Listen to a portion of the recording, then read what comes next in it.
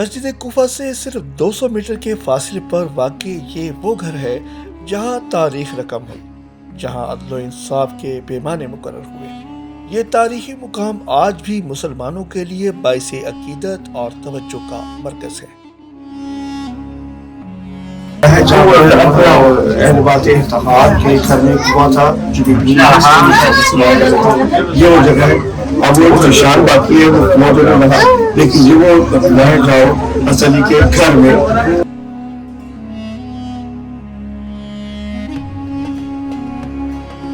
جی ہاں، یہ وہ گھر ہے جہاں حضرت علی کرم اللہ وجہہ رہا کرتے تھے۔ اس کے چھوٹے سے صحن میں آنے والے سائلین کی داد رسی ہوتی تھی۔ اس جگہ پر اہل خانہ کے لیے پانی کا کنواں ہوا کرتا تھا، جس کی اب صرف ایک نشانی باقی ہے۔ یہ وہ جگہ ہے جہاں حسنین شریفین قیام کرتے تھے، اور اس جگہ پر حضرت علی کرم اللہ وجہہ کو شہادت کے بعد غسل دیا گیا۔ گھر میں موجود تمام یادگاروں کو محفوظ کر دیا گیا ہے، جسے لوگ دیکھ کر اس وقت کی یاد کو تازہ کرتے ہیں۔ یہ وہ دیوار ہے جہاں پر جو رہا کرتے تھے۔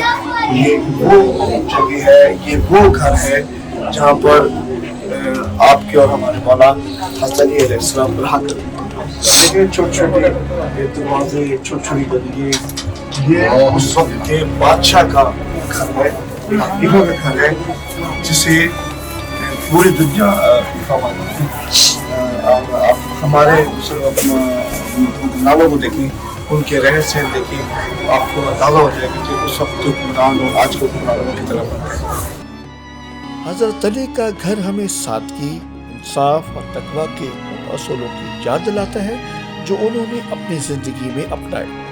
یہ صرف ایک عمارت نہیں بلکہ ایک مکمل درسگاہ ہے جو ہمیں صبر، بردباری اور حق و انصاف کا سبق دیتی ہے۔ جی ناظرین، یہ تھے ولادی گھر۔